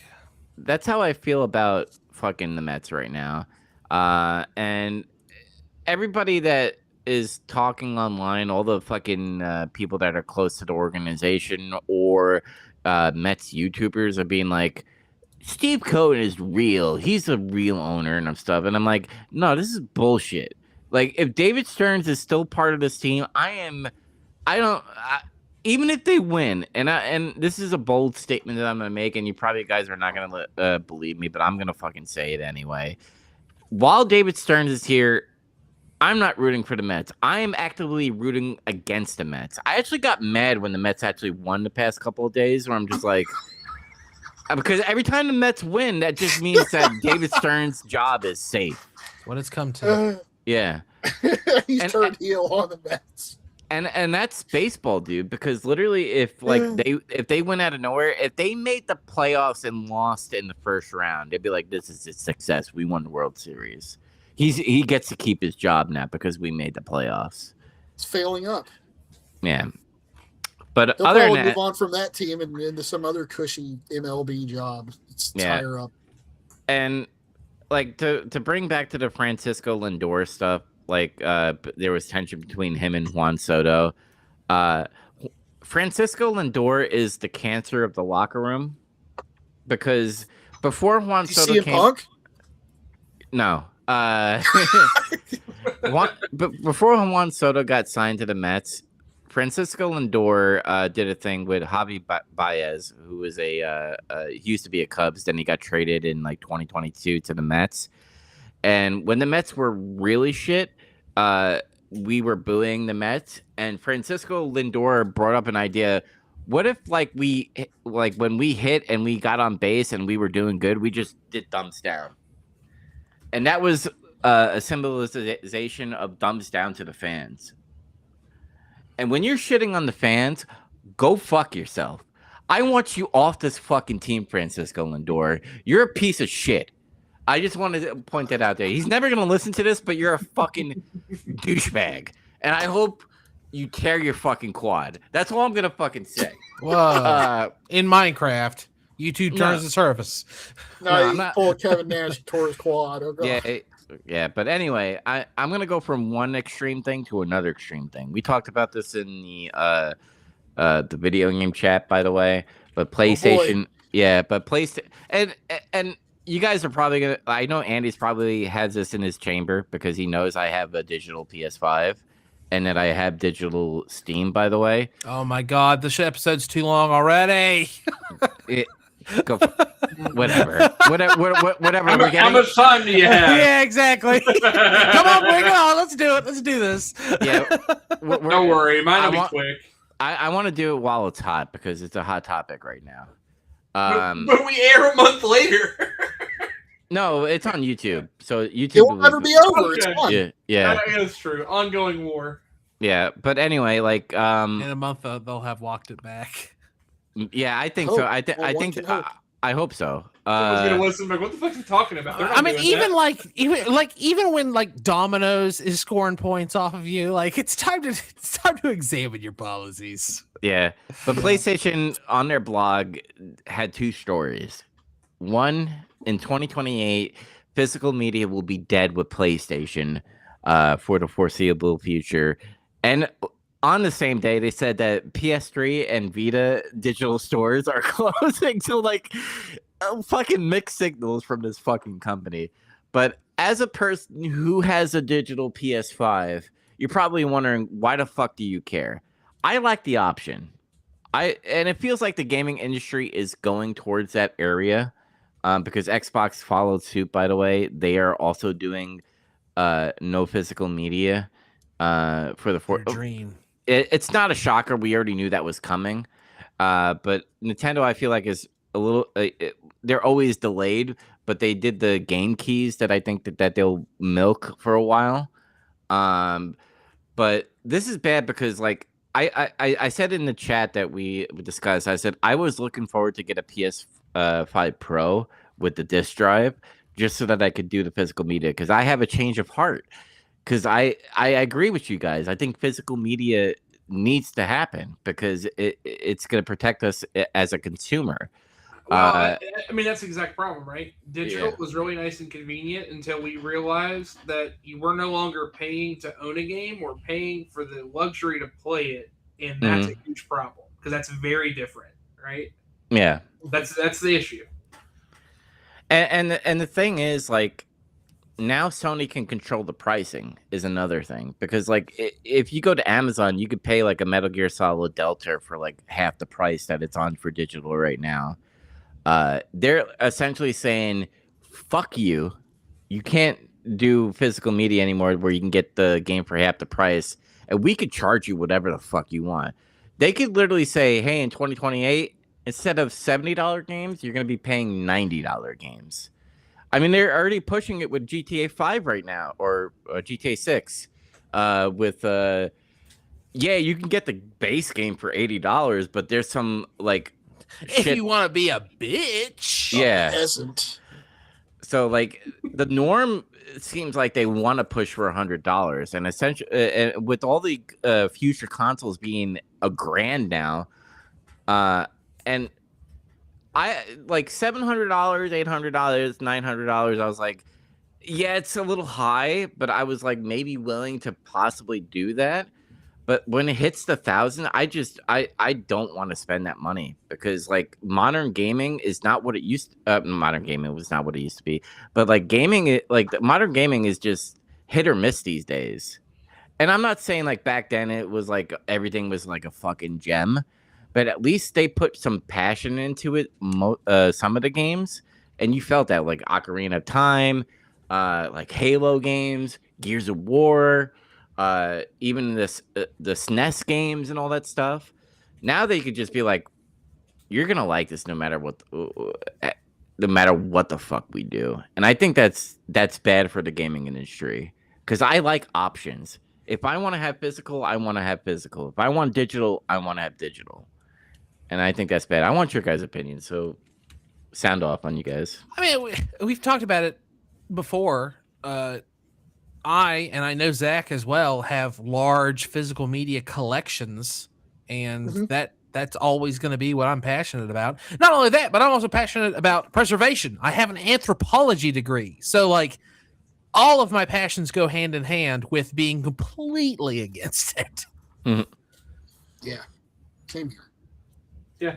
I mean, I just think it's more about the choice. Like, if there's a way to give protections to say that digital purchase equals ownership, then I would be less averse to it. I still think the choice of having it and having the preservation of that is still important. So I'm with them for the same reasons. But additionally, the biggest thing that I'm seeing that is a trending crime, like right now, like actually as we're doing this, I'm re-downloading songs for Rock Band because I haven't accessed Rock Band in years, but I wanted to have it in case we have a party or something.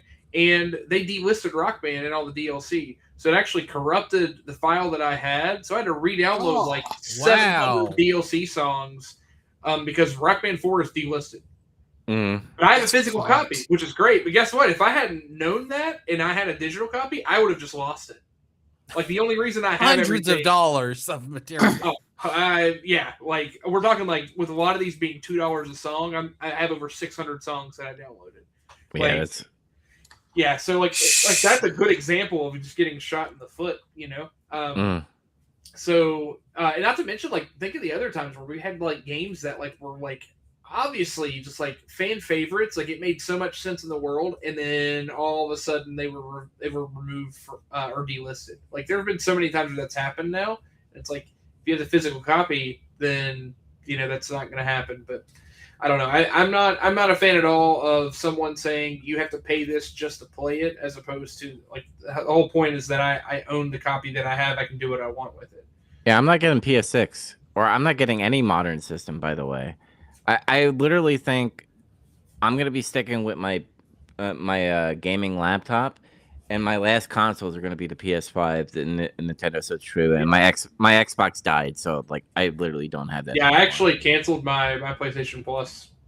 This is the first time I've done that since, in a decade.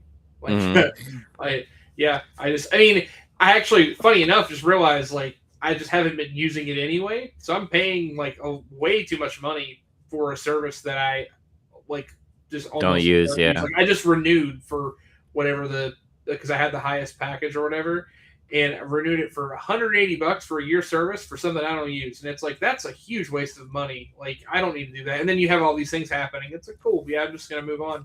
Yeah, I listened to this podcast, and I'm gonna kind of point it out. I still like it, and I still like the host, by the way. But Video Game Outsiders, Michelle, who's the host, and it's not because she's a woman. I just want to point that out. I'm not hating her because she's a woman. But she pointed out the living room is dying, which I kind of understand because the stats is it was close to 90% of the customers of PlayStation is digital only, and that's why the reason they're doing it. But I still think 10% is still a big number that they're losing out on. But she's just and that's why I made the comment before early in the episode where it is what it is.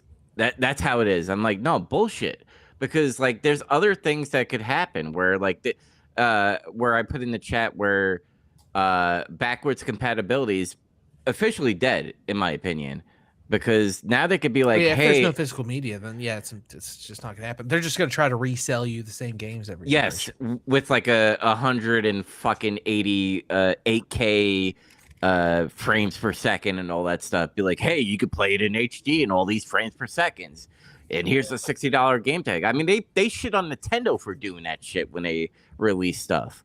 We're like, hey, you can get this Nintendo Switch 2 version of the game that you played last generation. So I hate the idea just go get a PC. Some people don't want to fucking build a PC or buy a fucking built PC because it's annoying to do the updates. The reason why I get console is because I can plug it in, I could put a game in, and I could fucking play. Also, all this PC hardware shit is like blowing up in price. Yeah, this is the worst time to have that conversation. Did you guys see that people are taking Samsung and the other two RAM manufacturers to court over price fixing? That's really interesting. I'm into that. I'm following that. Mm-hmm. It's interesting. Yeah, I just wanted to get that out there because, like, Andy, I was actually waiting for you to type in the chat, be like, Dubs, don't you have a PS5 digital? And aren't you always talking about, like, I like digital? Honestly, a lot of these big conversations we've been having over the media thing have been happening, like, two things are happening. I'm at work, and, it's just kind of hard because it is something I'm very passionate about. So all I can really do is, like, here's a meme I saw on Reddit, or here's one point I'll make. I can't type, a paragraph about all this stuff. But also, everyone is keenly aware of my stance on it. Mm-hmm. And I don't really, like, me being all I told you so about you owning a digital PS5. Who cares, man? It doesn't matter. I don't want to be right. Yeah. Yeah, there you go. That's a good way to put it. And I keep telling you, like, if you want to play retro games, don't buy physical stuff. The only people you're benefiting are people who hoarded it and are reselling it from, like, just get a mister. Just get a. Yeah, and that's another thing, by the way, which I'm kind of like pissed off about, because now you're just gonna have all the fucking eBayers being like, oh my god, physical media is dead now. You want a fucking Call of Duty 4 for physical media? Guess what?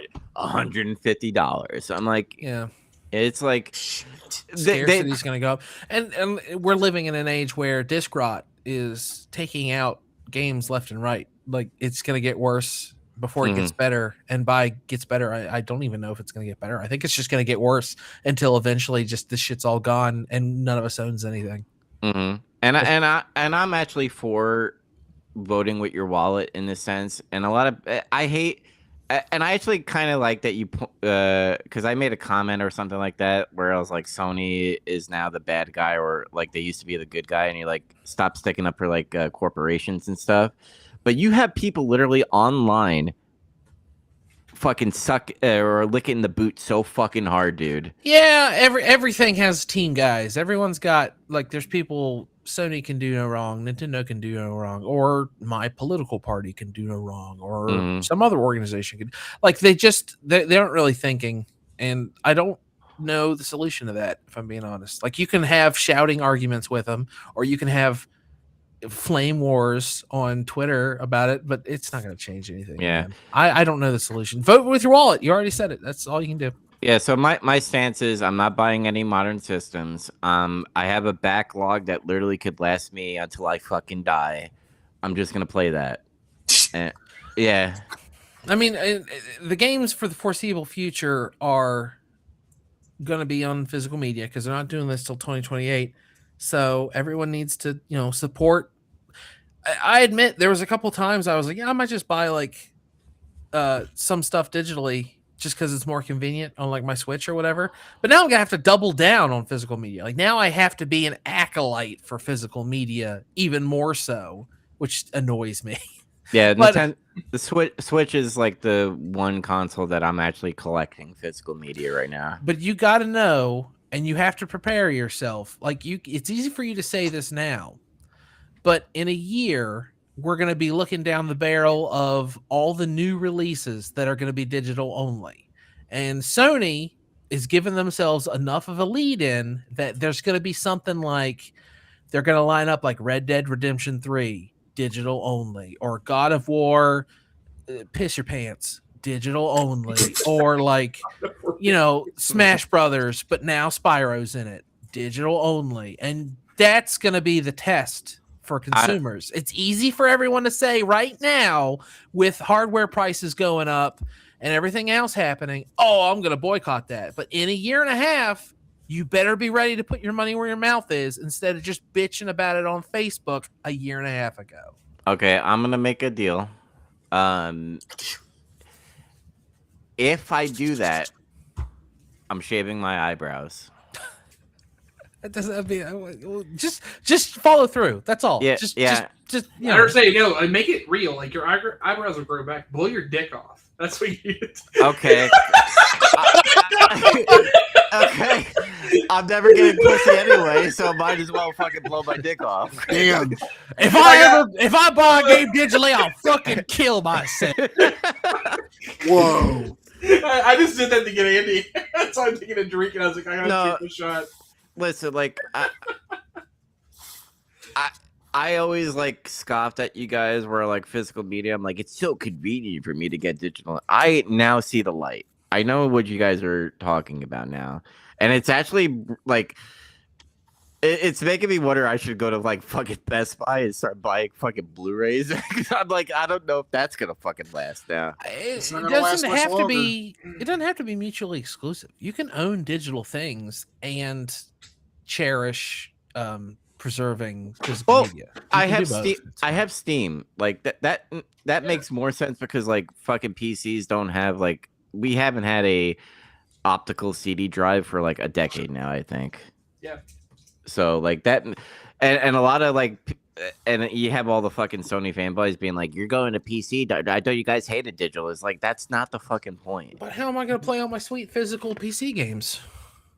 Yeah. That's fucking cool. External That's run. fucking cool. When's Half-Life 3 coming out? But I wanted I Digital digress. only.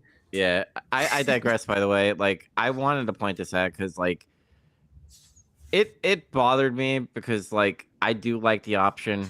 That's why like I still have Nintendo Switch physical media, and it's just an interesting thing.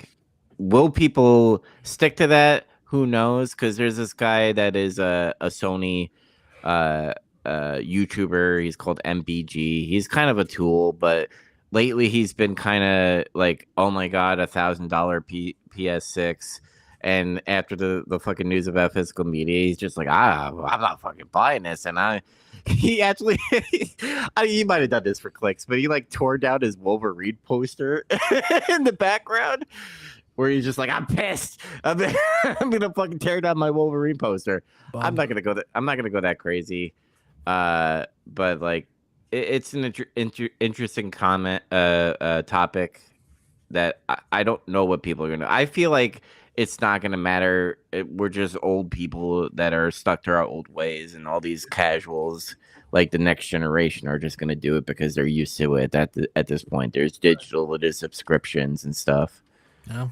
So Yeah. I do want to throw one last thing because I don't want us to keep going for another hour on this topic. But I do have a friend that works for Insomniac Games, and now that you mentioned Wolverine, it made me think. I'm actually really curious what his opinion on this is. Like, and I wonder if he's known about it for a while, or if this is actually a shock to him and the publisher as well. So I'm going to ask him about it. Just open conversation. Like, what's your thought about this? Like how's your company taking that? Like, good thing, bad? Like, I'm wondering from a different perspective what their thought of it is too. I don't think like what we think, but yeah, I think that's an interesting thing to ask, but I also think that's not the measuring stick. I think after they found out that fucking GTA 6 was $1 billion pre-orders that are happening going right now, and it's like if you want a box of GTA 6, you get a box with a fucking code in it. like people were pre-ordering it before they knew, and like there's that guy that like spent like $54,000 on copies of pre-orders of GTA 6, and now he thought he was gonna be a smart boy. I think after that pre-order, they were like, "Fucking $1 billion. Well, let's fucking bring out the news." And I think that hurts other games like Wolverine, and all that stuff because you have all these. Will they follow through with the boycott? I don't know. But I've seen a lot of people being like, I'm not getting the PS6 and I am not fucking.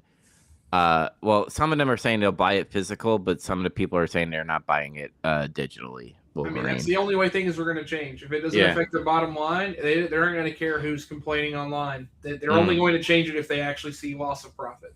So, what do you do? Okay, but I wanted to get that off my chest. I know, Zach, did you have anything you wanted to add before? Because I know all three of us talked besides you chimed in, but did you have anything else you wanted to talk about this topic? No, it sucks. It sucks. Yeah. They can all gargle balls or something. Yeah, I got a lot of shit in my backlog. Chaz, what about you? What the hell you been playing or doing? Cool. I play video games. I played cards. I watched WCW and Star Trek. Let's end the show. Okay. I have to wake up in less than 6 hours. I didn't think we were going to get 2 hours tonight. Sorry. That's why he brought that up, and I was like, no. Yeah, I'm just gonna. Yeah, I didn't do much. So Okay. okay. Well, the Omega Man is next. Yeah. That's the season finale. Me and Andy are working the details of Dabble at Dawn, which we'll talk about over the weekend after your 4th of July thing that you guys are doing. Woo. Andy, take us out. Well, obviously, if you want to catch that episode and everything else we do, that you need to make sure that you follow us on YouTube and Google Podcast and iTunes and Spotify and anywhere that you find finer podcast material. And of course, you can follow me at Big Trouble Rips. You can follow Chaz over at Turbo Blaze, and you can follow both Zack and Dubs simultaneously at Getting Some Color, and maybe a mysterious third man as well. Oh my God. But yeah, thanks for listening and watching, and we'll see you next week. Peace.